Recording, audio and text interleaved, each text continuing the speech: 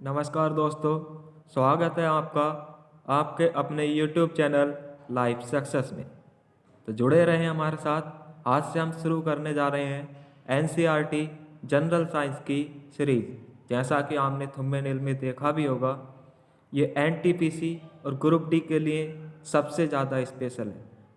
साथ ही जितने भी एग्ज़ाम हैं हमारे IAS हो, PCS हो, SSC हो, बैंक हो, रेलवे हो या कोई भी फोर्स लाइन, हर जगह पर साइंस अत्यंत आ रही है।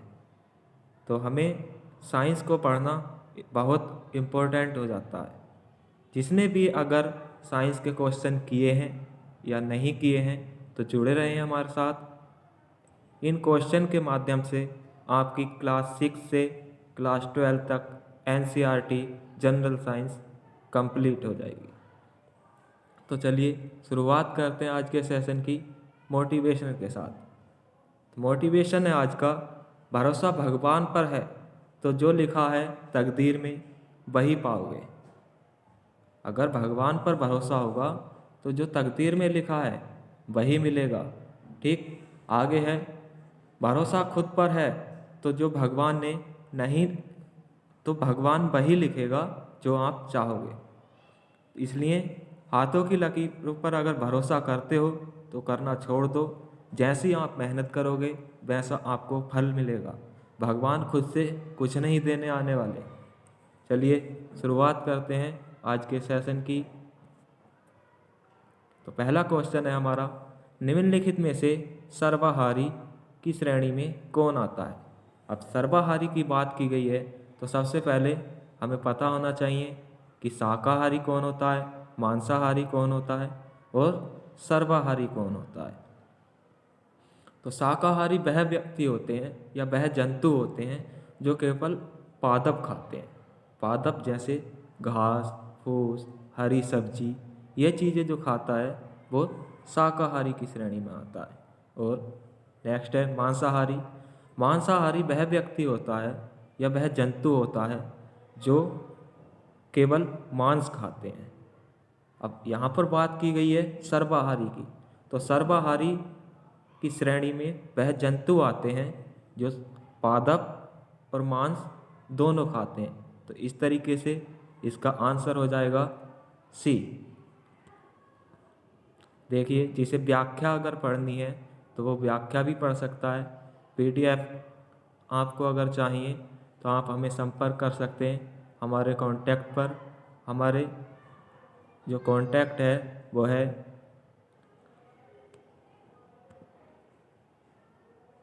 90 27 53 18 42। जिसे भी PDF चाहिए वो इस नंबर पर व्हाट्सअप कर सकता है, हम आपको PDF प्रोवाइड करा देंगे। चलिए चलते हैं नेक्स्ट क्वेश्चन की ओर। नेक्स्ट क्वेश्चन है हमारा, मधुमक्खियाँ फूलों से मकरंद एकत्र कर इसे भंडारित करती हैं क्योंकि।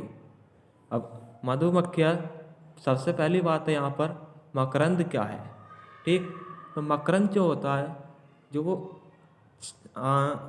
मधुमक्खियाँ छत्ता बनाती हैं, उसके अंदर वो अपना खाना इकट्ठा करती हैं। फूलों से जगह जगह सूंघ कर वो काफ़ी सारा इकट्ठा कर लेती हैं और जो छत्ता को भंडारित करते हैं उसे ही मकरंद कहते हैं। ठीक, तो किस लिए एकत्रित करती हैं। पहला ऑप्शन है फूलों और उनका मकरंद वर्ष में केवल कुछ समय ही उपलब्ध होता है। तो सही बात है, जब फूल आएंगे तभी मकरंद भी आएगा, तो पहला ही ऑप्शन सही हो जाएगा।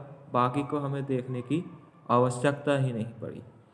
नेक्स्ट देख लेते हैं आगे। फिर भी मधुमक्खी से अधिक शहद खाने की प्रवृत्ति होती है।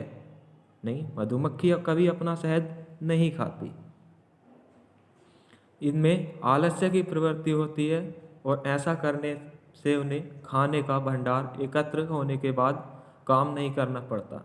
ऐसा कौन करता है। मान लीजिए आप हो, आप अपने लिए खाना रोज़ाना खाते हो, आप कितना भी आलसी हो, लेकिन जब फसल आती है तब अपने लिए भंडारण करते हो नहीं करते हो। उसके बाद नेक्स्ट फसल आती है तब भी भंडारण करते हो। तो इनका मकरंद जो है, फूल भी कभी कभी आते हैं और मकरंद जब फूल आएगा तभी इन्हें मकरंद की प्राप्ति होगी, इसलिए तीसरा भी गलत है और चौथा ऑटोमेटिकली गलत हो ही जाएगा। चलिए चलते हैं नेक्स्ट क्वेश्चन की ओर। यहाँ से आप इसकी व्याख्या पढ़ सकते हैं। आप चाहें तो इसे पुश करके भी व्याख्या पढ़ सकते हैं या स्क्रीनशॉट ले सकते हैं।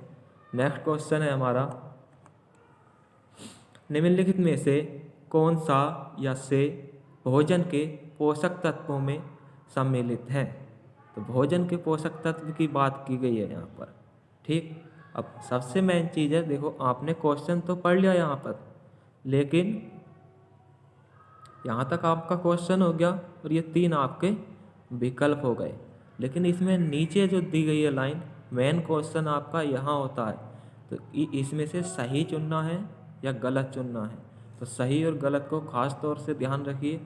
और आईएएस और पीसीएस की जो तैयारी कर रहे हैं वो तो खास तौर से ध्यान रखें। क्यों? क्योंकि यहीं पर वो आपको इल्जाता है कि कौन ज़्यादातर सही की जगह वो नहीं दे देता है।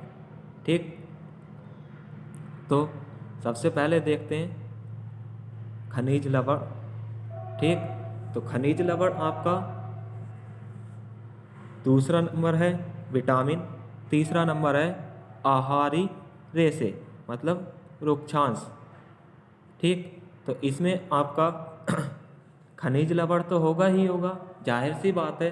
क्यों? भोजन के मुख्य पोषक तत्व क्या होते हैं?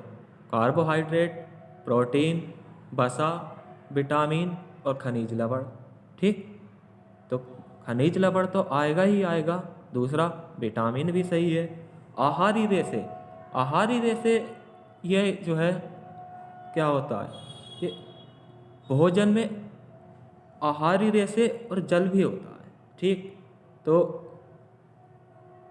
जो रुक्षांश होते हैं ये आहारी रेशे जो होते हैं ये हमारे शरीर को कोई भी पोषक तत्व प्रदान नहीं करते, इसलिए ये हमारा ऑप्शन गलत होगा।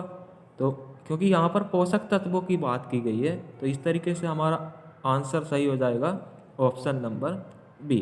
चलिए चलते हैं नेक्स्ट क्वेश्चन की तरफ।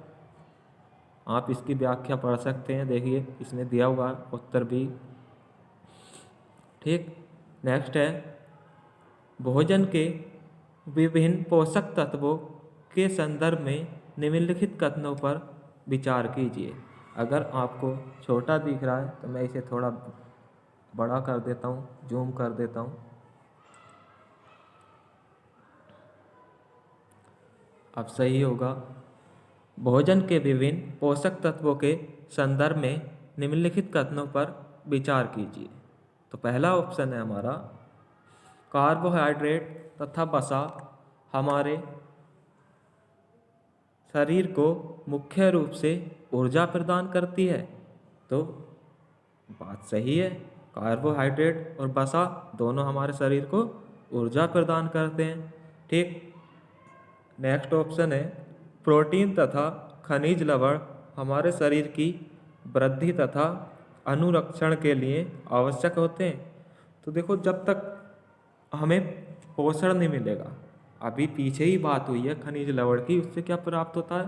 पोषक तत्व है, ये एक तरह का पोषण प्राप्त होता है। और प्रोटीन, उससे भी हमारा पोषण प्राप्त होता है। तो जब हमें पोषण तत्व पूर्णतः मिलेंगे तभी तो हमारा शरीर वृद्धि या अनुरक्षण करेगा। ठीक, तो ये ऑप्शन भी हमारा सही हो जाएगा। नेक्स्ट थर्ड ऑप्शन है विटामिन हमारे शरीर की रोगों से रक्षा करने में सहायता करते हैं। तो सही बात है, देखो किसी भी विटामिन की अगर हमारे शरीर में कमी होगी तभी तो हमारे अंदर रोग होते हैं। मान लीजिए हर एक अलग अलग तरीके से सभी विटामिन हैं, किसी विटामिन की कमी से कोई रोग होता है, किसी की कमी से कोई रोग होता है। विटामिन के को ही ले लीजिए, अगर वो उसकी कमी हो जाए तो आपका अगर चोट लग जाती है तो खून का धक्का बनना बंद हो जाता है। ठीक, तो इस तरीके से हमारा यहाँ आंसर क्या हो जाएगा, तीनों हमारे ऑप्शन सही हैं तो ऑप्शन हो जाएगा डी। चलिए चलते हैं आगे।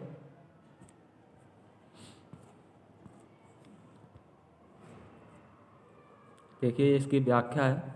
नेक्स्ट क्वेश्चन है हमारा,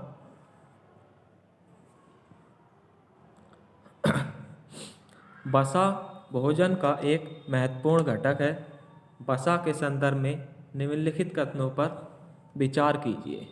ठीक, तो पहला ऑप्शन दिया है हमारा, भोजन में वसा की मात्रा अत्यधिक मोटापे का कारण बनती है। तो सही बात है, अगर आप ज़्यादा वसा का यूज करेंगे, जैसे फास्ट फूड हम ज़्यादा खाते हैं, तो उससे हमें जो है क्या वसा ज़्यादा प्राप्त होती है। ठीक, और जब वसा ज़्यादा होगी तो जाहिर सी बात है कि हमारे अंदर फैट बढ़ेगी और हम मोटे हो जाएंगे। वसा को किसे कहते हैं? फैट को कहते हैं। फैट की जब अधिकतम होगी तो हम मोटे हो जाएंगे। नेक्स्ट है, वसा शरीर को ऊर्जा प्रदान करती है। तो सही बात है, वसा से हमारे शरीर को ऊर्जा प्राप्त होती है। नेक्स्ट है, वसा की तुलना में कार्बोहाइड्रेट की समान मात्रा में हमें अधिक ऊर्जा प्राप्त होती है। तो देखो यहाँ जो है जितनी ऊर्जा हमें वसा से प्राप्त होगी इतनी कार्बोहाइड्रेट से नहीं होगी। तो यहाँ अधिक ऊर्जा जो है ठीक वसा से प्राप्त होती है, ना कि कार्बोहाइड्रेट से। तो याद रखेंगे हम, वसा से सबसे ज़्यादा ऊर्जा प्राप्त होती है और कार्बोहाइड्रेट से कम होती है। अब देखो यहाँ पर मेन क्वेश्चन दिया हमारा कि विकल्पों में से कौन सा कथन सही है। तो यहाँ पर हमारा पहला सही हो गया, दूसरा सही हो गया, तीसरा हमारा गलत हो गया। क्यों? क्योंकि ये उल्टा दे दिया। तो यहाँ पर हमारा ऑप्शन हो जाएगा बी सही। ठीक है, चलिए चलते हैं नेक्स्ट क्वेश्चन की तरफ। यहाँ से आप व्याख्या पढ़ सकते हैं। नेक्स्ट क्वेश्चन है हमारा, निम्नलिखित में से एक असत्य है। अब इसमें हमें गलत बताना है। ठीक, तो गलत बताना है। क्या क्या दिए हैं देखो, ये विटामिन के बारे में दिया है। विटामिन ए त्वचा और आंखों को स्वस्थ रखता है। तो चाहे सही बात है, विटामिन ए जो है हमारे त्वचा और आंखों को स्वस्थ रखता है। नेक्स्ट, विटामिन B1 घाव भरने में सहायक होता है। तो नहीं, यहाँ हमारा गलत हो गया। देखो पहले ही हमें पता लग गया। क्यों? क्योंकि हमने विटामिन पढ़ रखे हैं ऑलरेडी। हर किसी को विटामिन तो पता ही होता है, स्टैटिक जीके है ये। विटामिन्स पढ़ना, दर्रे पढ़ना या रोग पढ़ना, ये हमारा स्टैटिक जीके में आता है। तो ये चीज़ें तो हम पढ़ के रखते ही हैं ऑलरेडी, क्योंकि यहाँ से हर जगह पर हमें क्वेश्चन देखने को मिलता है। नेक्स्ट, सी ऑप्शन है, विटामिन सी रोगों से लड़ने में सहायक होता है। तो सही बात है,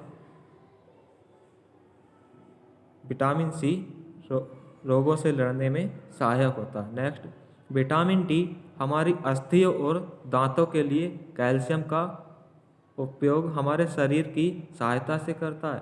तो सही बात है, हमें जो भी प्राप्त होता है, कैल्शियम की जो प्राप्तता होती है वो विटामिन डी के द्वारा होती है। ठीक, तो यहाँ पर ऑप्शन हमसे क्या पूछा है? गलत पूछा है। तो गलत हमारा हो जाएगा B1। अब B1 क्या करता है? B1 हमारा कार्बोहाइड्रेट के पाचन में सहायक होता है, ना कि घाव भरने में। ठीक है, तो नेक्स्ट देखते हैं। यहाँ पर आप देख सकते हैं इसकी व्याख्या दी गई है। नेक्स्ट क्वेश्चन नंबर 7 देखते हैं हम। निम्नलिखित युग्मों पर विचार कीजिए। खनिज अभावजन्य रोग, एक तरफ रोग दिए हुए हैं और एक तरफ खनिज दिया हुआ है। तो किसके उससे क्या रोग होता है हमें ये बताना है। ठीक, सबसे पहले है कैल्शियम। कैल्शियम के आगे इन्होंने दिया है अस्थि क्षय रोग का नाम दिया है। दूसरा है आयोडीन, उसके कमी से गहगा रोग दिया है इन्होंने। तीसरा दिया है लोहदंत, ठीक, इसकी कमी से इन्होंने क्षय रोग दिया है। तो देखिए पहला जो ऑप्शन है हमारा, कैल्शियम की कमी से हमें अस्थि क्षय रोग होता है। क्यों? अस्थि क्षय क्या होता है? अगर हमारे अंदर कैल्शियम की कमी हो जाती है तो हमारी अस्थियाँ जो है कमज़ोर होने लग जाती हैं, सही से हम काम नहीं कर पाते, हमें थकापन महसूस होती है। तो वो सब हमारे अस्थियों के उससे ही तो होता है। दूसरा दिया है आयोडीन, मतलब आयोडीन की कमी से आपने पता ही है घेंघा रोग होता है, या आपने जो है विटामिन्स पढ़े होंगे, तब आपने अच्छे तरीके से इसे पढ़ा भी होगा। तीसरा है हमारा लोहे दंत। लोहे दंत से लोहे से लोहे दंत से ये क्षय रोग बता रहा है, ठीक। लेकिन ऐसा नहीं होता। लोहे दंत की अगर कमी हो जाए तो अरक्तता होती है। अगर लोहे की कमी हो जाए हमारे शरीर में तो अरक्तता होती है, ना कि क्षय रोग होता है। तो यहाँ पर हमारा सही सम्मिलित पूछा था इन पर विचार करने के लिए। तो यहाँ पर आप आंसर हो जाएगा हमारा कौन सा, ए, ठीक। चलिए नेक्स्ट क्वेश्चन की तरफ चलते हैं। आप वो पढ़ सकते हैं व्याख्या, पुश कर करके आप व्याख्या पढ़ सकते हैं या स्क्रीनशॉट ले सकते हैं, ठीक है। नेक्स्ट है क्वेश्चन 8। मानव शरीर में धीमी वृद्धि निम्नलिखित में से के कमी के कारण होती है। अगर किसी की भी ग्रोथ रुक जाती है, ठीक, तो ग्रोथ किसकी वजह से रुकती है, मतलब बढ़ना जो अगर कोई भी रुक जाए, तो अभी पीछे ही क्वेश्चन आया सेम, और मैंने तब भी वहाँ पर डिटेल से समझाया था कि हर चीज़, इन चीज़ों के लिए, ग्रोथ के लिए जो हमें आवश्यक होता है प्रोटीन, सबसे ज़्यादा ज़रूरी होता है हमारा प्रोटीन। तो मानव शरीर की धीमी वृद्धि प्रोटीन की कमी से होती है। क्यों? यदि प्रोटीन और कार्बोहाइड्रेट दोनों ही व्यक्ति में के आहार में लंबे समय तक अनुपस्थित रहते हैं, अगर प्रोटीन और कार्बोहाइड्रेट दोनों ही ना हो तो मानव की जो वृद्धि है वो पूरी तरह से रुक जाती है। चलिए नेक्स्ट क्वेश्चन की ओर चलते हैं। नेक्स्ट क्वेश्चन है हमारा, कार्बोहाइड्रेट के विभिन्न प्रकारों के संदर्भ में निम्नलिखित पर व्याख्या कीजिए या विचार कीजिए। पहला है हमारा अमीनो अम्ल, दूसरा है हमारा मंड या स्ट्रेच जिसे कहते हैं, तीसरा है हमारा शर्करा। अब इसने नीचे पूछा, देखो क्वेश्चन नीचे दिया है कि इनमें से कौन सा कार्बोहाइड्रेट का प्रकार नहीं है, ठीक, नहीं है। इस चीज़ को बहुत अच्छे से ध्यान रखना है। क्या पूछा है इन्हें, कौन सा कार्बोहाइड्रेट का प्रकार नहीं है।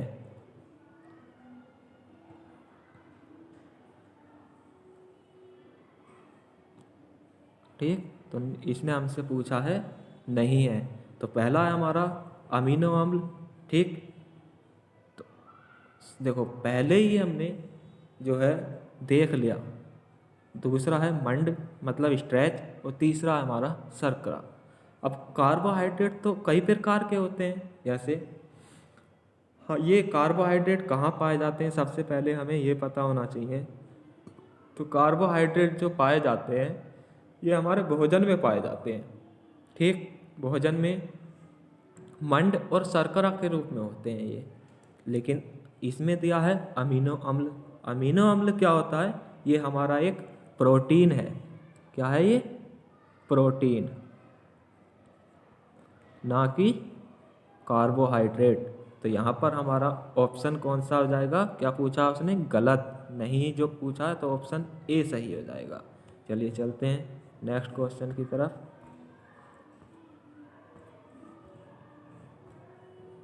यहाँ से व्याख्या देख सकते हैं आप। नेक्स्ट क्वेश्चन है हमारा, पोषक तत्वों के अलावा जल भी भोजन का हिस्सा होता है। पोषक तत्वों के अलावा जल भी भोजन का हिस्सा होता है। इस रूप में जल के संदर्भ में निम्नलिखित कथनों पर विचार कीजिए। तो क्या क्या कथन है। पहला कथन है हमारा, कुछ सीमा तक शरीर के लिए आवश्यक जल की पूर्ति खाद्य पदार्थों में उपस्थिति जल से प्राप्त होती है। तो सही बात कही गई है ये तो, क्योंकि जल की जो जब हमारे अंदर कमी होने लग जाती है या जल की उपस्थिति इसलिए आवश्यक है क्योंकि जो खाद्य पदार्थ होते हैं उनमें भी जल, उनसे भी हम जल प्राप्त करते हैं, और कुछ जल की उन्हें आवश्यकता होती है कुछ खाद्य पदार्थों को, ठीक। दूसरा देखते हैं हम, जल भोजन में उपस्थित पोषकों और को अवशोषित करने और मूत्र तथा पसीने के रूप में अपशिष्ट पदार्थों को शरीर से बाहर निकालने में सहायता करता है। तो सही बात है, जब हमारे अंदर जल होता है, ठीक, जल की मात्रा कितनी होती है स्वस्थ मनुष्य के शरीर में, ये आपको कमेंट में बताना है। ठीक, तो हमारे अंदर जो जल होता है इसके माध्यम से क्या होता है, हमारा रक्त में और जितना भी हम उल्टा सीधा खाते हैं उसके साथ जो भी गलत चीज़ जाती है, ठीक, तो वो हमारे पसीने के माध्यम से या फिर मूत्र के माध्यम से बाहर निकल जाता है, ठीक, जल के साथ। तो इसलिए जल, ये ऑप्शन भी हमारा सही है। तो यहाँ पर हमारा पहला भी सही हुआ, दूसरा भी आंसर हो जाएगा सी। ठीक, चलते हैं नेक्स्ट क्वेश्चन की तरफ। व्याख्या पढ़ सकते हैं आप यहाँ से। नेक्स्ट क्वेश्चन है हमारा, तागा मतलब धागा जो होता है उसे हम तागा भी कहते हैं, ठीक, पतले तंतुओं से मिलकर बनता है, पतले तंतुओं से मिलकर बनता है। इन तंतुओं के संदर्भ में निम्नलिखित कथनों में कौन सा सही नहीं है। ठीक, तो देखते हैं ऑप्शन। पहला ऑप्शन है हमारा, रुई और जूट जैसे तंतु पादप से प्राप्त किए जाते हैं। तो सही बात है, रुई और जूट जो है ये तंतु पादपों से प्राप्त होते हैं। दूसरा है, जूट नारियल की बाहरी आवरण से प्राप्त होती है। चलिए इस पर बाद में विचार करेंगे, आगे देखते हैं। रेशम तंतु रेशम कीट के कोकून से खींचा जाता है। सही है, ऊन तथा रेशम जंतुओं से प्राप्त होता है। तो देखिए यहाँ पर ये ऑप्शन तो हमारा सही है, क्योंकि ऊन और रेशम की प्राप्ति हम कहाँ से करते हैं, भेड़ से। ठीक, रेशम तंतु रेशम कीट कोकून से खींचा जाता है। आपने देखा होगा शहतूत के पेड़ पर ये पाया जाता है कोकून कीड़ा, यहाँ से हम रेशम की प्राप्ति करते हैं। ठीक, पहला रुई तथा जूट तंतु पादपों से प्राप्त होते हैं, ये भी हमारा सही है। लेकिन यहाँ पर हमें इसमें कुछ शक लग रहा है, बाहरी आवरण है क्या है। तो जब हमें शक यहाँ पर है तो यही गलत होगा, क्योंकि बाकी के हमारे तीन हमें ऑलरेडी पता है। तो आंसर हो जाएगा हमारा यहाँ पर बी। ठीक, चलिए चलते हैं नेक्स्ट क्वेश्चन की तरफ। आप इसकी व्याख्या देख सकते हैं। ठीक, व्याख्या के बाद आगे नेक्स्ट, निम्नलिखित पर विचार कीजिए।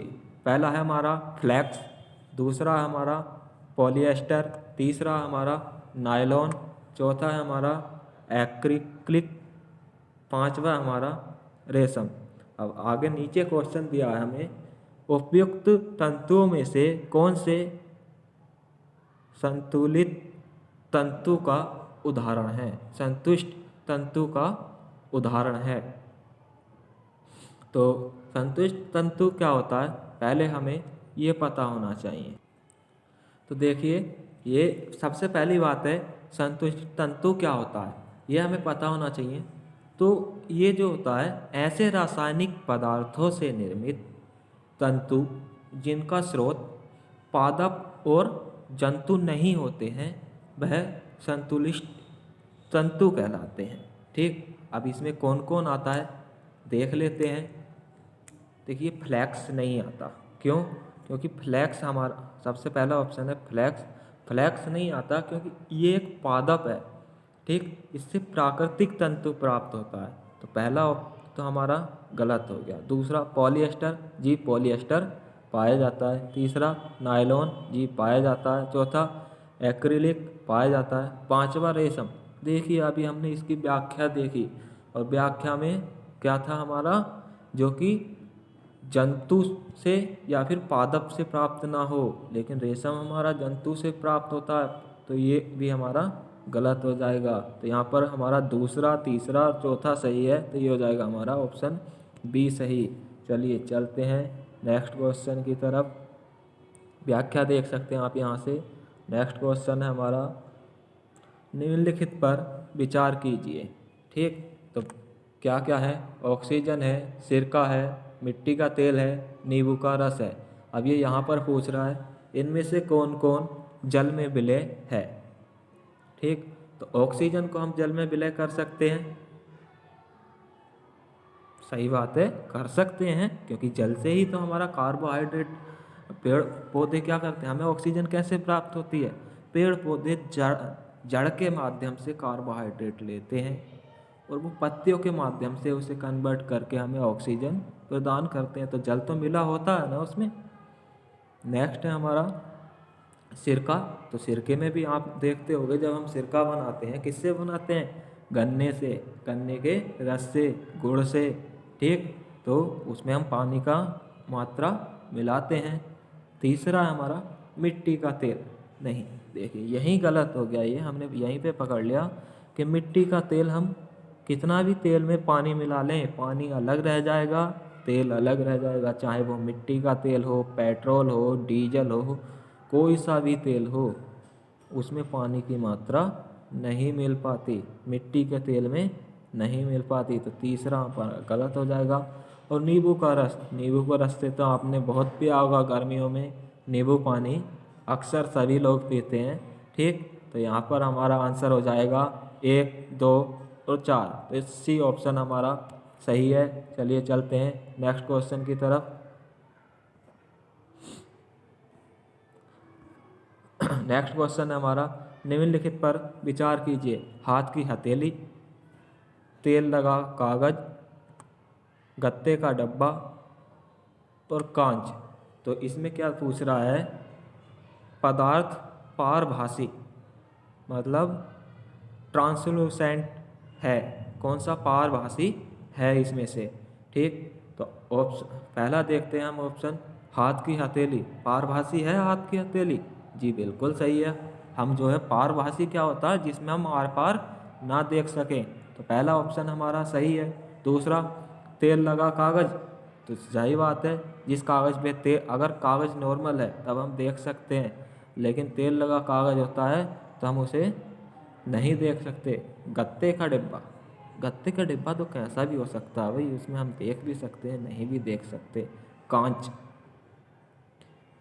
कांच में हम आर पार भी देख सकते हैं, नहीं भी देख सकते। तो यहाँ पर हमारा ये दो ऑप्शन जो हैं, ये दो ऑप्शन हमारे एलिमिनेट कर देंगे हम आसानी से। अब पहला ऑप्शन और दूसरा ऑप्शन सही हो गया, तो ये हमारा आंसर हो जाएगा ए। अब व्याख्या देखनी है तो आगे देख सकते हैं, जिसे भी व्याख्या देखनी है। फिलहाल चलते हैं हम नेक्स्ट क्वेश्चन की तरफ थोड़ा तेज़ी से, ठीक। पदार्थों के पृथक्करण, सेपरेटेशन के संदर्भ में निम्नलिखित पर विचार कीजिए। तो पहला ऑप्शन है हमारा निष्पावन, दूसरा है निस्तारण, तीसरा है निसंदेह, ठीक। ऑप्शन देखते हैं हम। अब इसमें क्या पूछा है, क्वेश्चन देखते हैं। पृथक्करण की विधि या विधियाँ हैं। पृथक्करण की क्या क्या विधि है, ठीक। पृथक्करण क्या होता है, पहले तो हमें ये पता होना चाहिए, ठीक। जैसे हस्तचय, हैंड पिकिंग जो होता है, या चालक सेविंग जिसे कहते हैं हम, या अपसाधनीय सेडिमेटेशन जो होता है हमारा, या थ्रेसिंग, या बाष्पन, ये सभी जो होते हैं, इनका मिश्रण जो होता है, ये हमारा अवयवों का पृथक्करण कहलाता है, ठीक।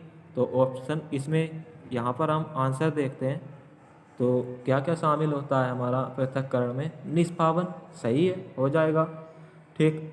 फिर निस्तारण, ये भी हो जाएगा। निसंदेह, ये भी हो जाएगा, ठीक। तो आंसर हो जाएगा हमारा यहाँ से कौन सा? डी। चलिए चलते हैं नेक्स्ट क्वेश्चन की तरफ। नेक्स्ट क्वेश्चन है हमारा, पृथक्करण की विधियों के संदर्भ में निम्नलिखित में से कौन सा कथन सही नहीं है, ठीक। तो देखते हैं पृथक्करण की विधि के बारे में कहा है यहाँ पर। किसी मिश्रण के कणों के अमाप के अंतर का उपयोग चालन तथा निसंदेह प्रक्रियाओं द्वारा पृथक्करण में किया जाता है, सही है। अभी हमने पृथक्करण की व्याख्या की देखी थी, वहाँ पर मिश्रण की बात चल रही थी, ठीक। रेत और जल के मिश्रण में रेत के भारी कण तली में बैठ जाते हैं और अपसाधन की विधि द्वारा जल को उड़ेलकर पृथक किया जाता है। देखिए यहीं पर जो है गलत हो गया, क्यों?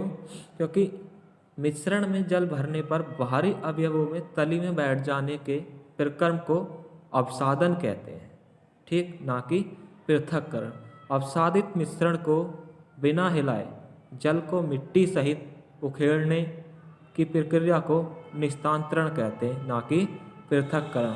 अतः अब ये ऑप्शन हमारा गलत हो गया, तो हमारा आंसर हो गया, उन्होंने गलत ही पूछा था, बी। आगे के ऑप्शन हमें देखने की आवश्यकता नहीं है, आप चाहें तो आसानी से व्याख्या पढ़ सकते हैं। चलिए देखते हैं नेक्स्ट क्वेश्चन।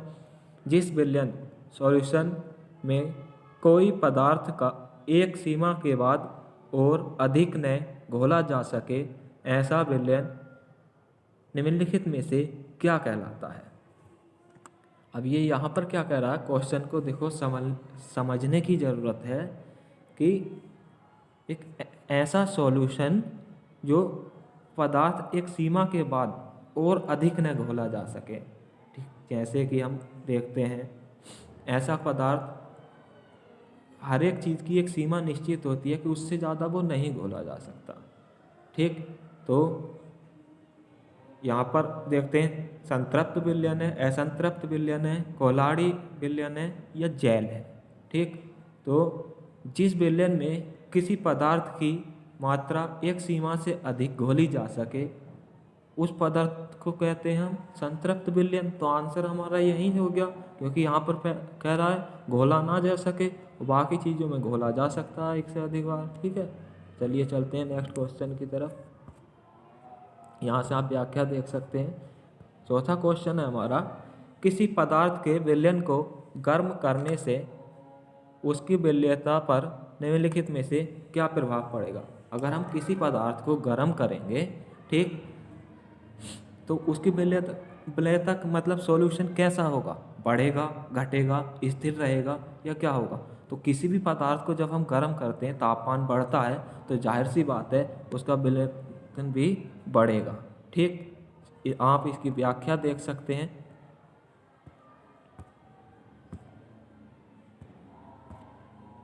ठीक, चलिए, तो इसी के साथ हमारी वीडियो की समाप्ति होती है। Thanks for watching video. अगर आप किसी तरीके से और भी साइंस के क्वेश्चन पढ़ना चाहते हैं तो आप हमारी इस सीरीज़ के साथ लगातार जुड़े रहिए। जुड़ने के लिए हमारे चैनल लाइफ सक्सेस को सब्सक्राइब कीजिए। सब्सक्राइब करने के बाद बेल आइकन दबाना ना भूलें, ठीक। और वीडियो अच्छी लगी हो तो लाइक करें, शेयर करें अपने फ्रेंड्स के साथ, ठीक। और चैनल को सब्सक्राइब कर लें। हमारे चैनल का नाम है लाइफ सक्सेस, ठीक। चलिए मिलते हैं आपसे नेक्स्ट वीडियो में। धन्यवाद, नमस्कार।